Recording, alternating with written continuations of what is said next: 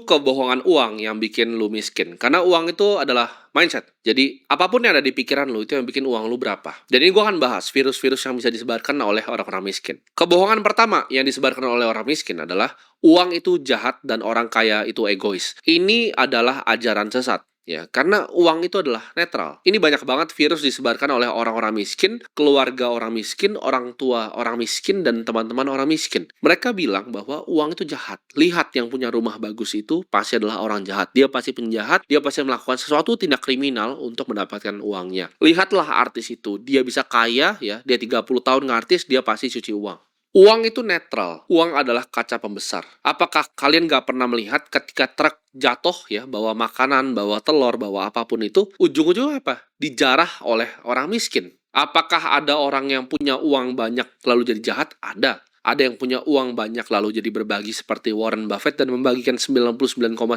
kekayaannya? Banyak juga. Orang yang bikin IKEA juga membagikan uangnya. Uang itu seperti api, bisa dipakai untuk memasak makanan dan bisa dipakai juga untuk membakar rumah. Jadi uang itu netral, jangan berpikir bahwa uang itu jahat. Satu-satunya yang ngasilin uang itu adalah hal jahat, cuci uang, korupsi, dan lain-lain. Itu adalah virus yang disebarkan oleh orang miskin. Semua itu selalu tergantung ke siapa yang memegangnya. Karena gue percaya kalau kalian pengen uang datang ke hidup kalian harus paham ya cara kerja uang dan kebenarannya tentang uang. Jadi jangan punya mindset bahwa uang itu adalah jahat dan orang kaya itu semuanya egois. Jawabannya enggak. Orang miskin juga banyak yang egois, banyak yang suka jarah orang lain. Malah kebanyakan kriminalitas di dunia ini dilakukan oleh orang miskin, bukan orang kaya. Yang kedua, kebohongan yang banyak gue dengar adalah kerja keras sama dengan kekayaan. Banyak sekali orang yang gue tahu kerja sangat keras tapi nggak pernah kaya-kaya. Kerja keras itu adalah sesuatu hal yang mulia dan itu adalah awal dari kekayaan. Ya gue bilangnya awal dari kekayaan, tapi bukan sama dengan. Bukan lo kerja keras pasti lo menjadi kaya, itu tidak. Dunia ini tidak bekerja dengan adil. Ada orang yang bekerja keras seumur hidupnya dari pagi sampai malam dan dia juga tidak kaya. Apalagi orang yang tidak bekerja keras sudah pasti tidak kaya. Yang bikin kaya itu bukan kerja keras, tapi kerja benar, ya, kerja dengan hikmat di ladang yang tepat, di waktu yang tepat juga. Kadang dunia ini tuh bukan seberapa keras lu mendayung, tapi lu mendayung dengan kapal apa. Ada beberapa industri di dunia ini, di bawah matahari ini, yang bikin lebih banyak orang kaya dibanding industri yang lain. Itu adalah fakta yang terjadi. Kalian semua yang di sini itu harus belajar melihat peluang yang biasanya orang lain nggak bisa lihat. Apakah lu bisa jadi orang kaya dengan jualan nasi goreng bekerja keras dari pagi sampai malam? Jawabannya bisa. Mungkin lu nabung untuk bikin gerobak kedua, gerobak ke-10, gerobak ke-20. Lalu bikin cabang rumah makan pertama, lalu rumah makan ke-20. Bisa nggak bikin ratusan juta per bulan? Bisa. Tapi apakah itu kaya raya? Tidak. Kerja keras bisa. Ya, bawa lu sampai kaya, tapi untuk kaya raya tidak bisa. Dibutuhkan industri dan pilihan industri yang tepat. Apakah bisa kaya dengan lu membuat suatu software yang membantu customer service semua perusahaan di dunia dengan artificial intelligence, supaya mereka bisa pangkas nih 100 customer service-nya, diganti AI yang buatan lu, AI agent yang buatan lu, lalu bisa balas semua CS-nya. Contohnya perusahaan seperti Traveloka, CS-nya itu semua pakai perusahaan punya lu. Contohnya seperti perusahaan yang gue punya, semua CS-nya itu pakai software lu. Itu jauh akan lu lebih kaya dibanding lu jual nasi goreng sampai 20 cabang atau 30 cabang. Jadi jawabannya adalah pilihan industrinya. Ada industri seperti finance and investment yang bikin orang tuh banyak sekali yang kaya. Karena investasi itu adalah ujungnya. Banyak yang nanya kenapa gue adalah seorang investor. Awalnya memang gue pedagang dulu. Ya, level 1 pedagang, level 2 itu pengusaha, level ketiga baru investor. Semua pengusaha paling kaya di dunia itu ujung-ujungnya jadi investor. Ya, semua orang seperti Bill Gates ujung-ujungnya bikin Cascade Investments. Orang-orang seperti Jeff Bezos ujung-ujungnya bikin Bezos Expeditions. Semua yang usahanya besar sekali, Amancio Ortega, Sergey Brin, semuanya punya yang namanya family office mereka sendiri, even Michael Dell. Jadi kalau orang udah jadi pengusaha level paling tinggi, mereka jadi seorang investor. Mereka bikin family office, mereka harus manage hartanya yang banyak sekali ini. Jadi jawabannya kerja keras itu tidak sama dengan kaya, tapi kerja tepat di waktu yang tepat, di industri yang tepat, itu yang bisa bikin kaya.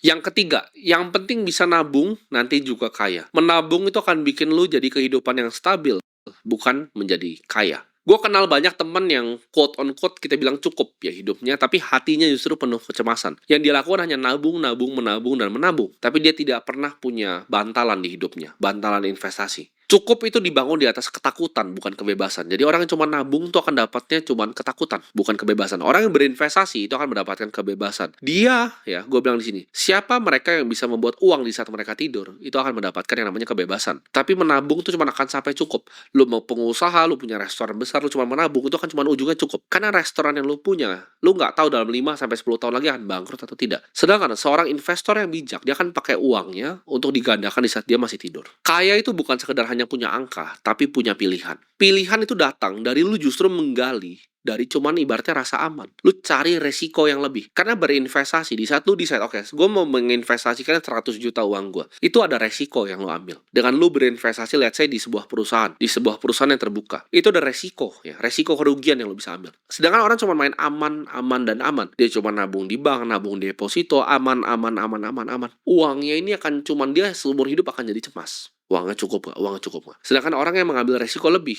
itu yang berinvestasi, yang akan selamat. Karena jebakan dunia ini itu, orang yang gak berani mengambil resiko, orang yang selalu mainnya aman, itu yang selalu berbahaya hidupnya justru.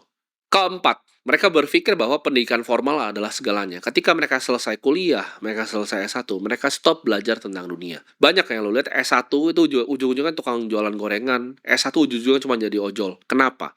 Karena mereka stop belajar ketika mereka sudah lulus. Mereka anggap dunia ini berhenti. Pendidikan formal segalanya, oke, gue udah lulus, gue berhenti belajar. Jalur itu dibuat sama orang tua kita, ya. Itu dunia lama yang sudah tidak ada lagi.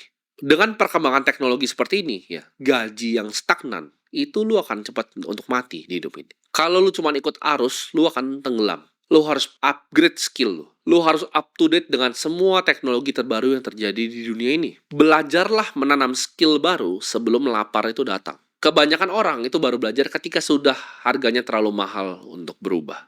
Jadi jangan menjadi orang yang stagnan. Dan pendidikan formal bukan segalanya. Gue bukan orang yang punya pendidikan formal. Tapi sejak gue usia 15 tahun, gue udah fokus untuk belajar apa itu investasi. Gue udah belajar terjun ke capital market. Gue melihat perusahaan itu secara detail. Arus kas tuh gue lihat seperti darahnya. Neraca itu gue lihat sebagai detak jantung perusahaan. Gue udah habisin kurang lebih hampir 100 buku sebelum gue umur 18 tahun. Intelligent Investor, Security Analysis, buku yang tebel-tebel, ribuan halamannya, sudah gue habisin. Gue jadi terobsesi dengan pasar modal. Dan apakah akhirnya gue mengambil pendidikan formal? Jawabannya tidak. Gue bukan anak yang tidak kuliah. Tapi gue punya pengetahuan extensive knowledge. Lu bisa sandingkan dengan orang-orang yang kuliah ekonomi, kuliah keuangan. Gue rasa ilmu gue gak kalah jauh. Kelima, ini yang bikin banyak anak muda jatuh. Kebohongan tentang uang yang parah di negara ini menurut gue adalah rumah adalah alat investasi. Ini keliru dan ini salah besar. Akhirnya ke ujung-ujungnya orang yang seperti ini mereka itu terjerat riba. Kenyataannya yang kita lihat rumah itu bukan perlombaan kok. Bukan berarti tetangga lu punya rumah lu cuman ngontrak dia lebih keren dari lu. Enggak. Neracanya dia mungkin minus. Kalau lu lihat manusia itu ada neracanya, ada aset, ada liabilitasnya. Aset cuma berapa? Liabilitasnya besar itu rumahnya bank. Lu ngontrak ke rumahnya orang, dia ngontrak ke rumahnya bank. Ketika dia nggak bisa bayar, rumahnya dia disita. Lu masih bisa pindah kontrakan ke tempat yang lain. Dia hilang. Semua income yang dia buang setiap bulan itu hilang ketika dia nggak bisa bayar. Ketika satu PHK dia nggak punya dana darurat, dia selesai hidupnya, lu enggak. Jadi jangan lihat karena dia itu nyicil, dia punya rumahnya kira-kira punya dia lebih keren, enggak. Ingat, cicilan 25 tahun itu bukan kemajuan, tapi itu adalah rantai yang mengikat leher lu seumur hidup. Aset yang benar adalah aset yang menghasilkan, bukan yang lu bayarin asetnya terus. Itu bukan aset, itu liabilitas. Orang bilang, tapi kan itu properti. Properti itu akan jadi aset ketika capital gain-nya naik dan lu mendapatkan biaya sewa. Ini baru disebut lu digabungkan ini dua jadi IRR, Internal Rate of Return, dari sebuah properti. Tapi kalau capital gain-nya nggak pasti, rumahnya biasa-biasa aja, lu nyicil jadi liabilitas di neraca lu, dan ya lu gimana cara sewain orang lu tinggal di sana? Ini bukanlah sebuah aset. Hutang adalah beban untuk satu orang dan aset untuk orang yang lain. Ya, ketika lu ambil KPR itu adalah aset. Ya, itu adalah obligasi dari bank. Rumah itu hanyalah tempat pulang, ya, bukan lambang untuk pamer. Keenam, main aman adalah pilihan paling benar. Ini ada hubungannya dengan tadi gue bilang menabung. Dunia ini lucu, makin lu main aman, makin lu miskin. Makin lu main aman, makin sulit hidup lu. Hoki itu datang ke mereka yang berani, selalu.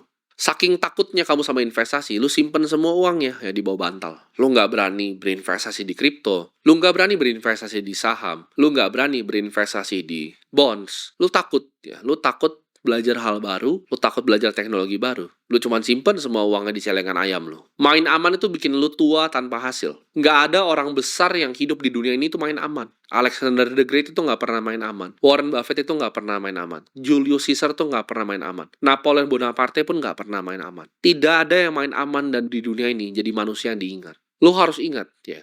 Di semua di dunia ini, pertumbuhan itu selalu butuh resiko. Lu mau bisa naik skateboard, lu harus berani untuk jatuh. Kalau lu nggak berani untuk jatuh, nggak berani untuk patah tulang, ya lu nggak akan jadi pemain skateboard yang handal. Lu nggak berani tabrak-tabrak orang pas main basket, lu nggak akan menjadi pemain basket yang handal. Di hidup ini mereka nggak pernah nge-reward siapa yang main paling aman tuh enggak. Ketika lu punya ide untuk membuat sesuatu, lu decide, oke, lu cuma akan terus jadi karyawan. Dunia ini nggak akan baik untuk orang yang selalu cuma mikir jalan yang paling aman. Dunia ini akan reward siapa yang berani masuk hutannya untuk mencari gitu. Oke, gue itu paling jago di dunia di mana, dan eksplorasi hal itu seperti gue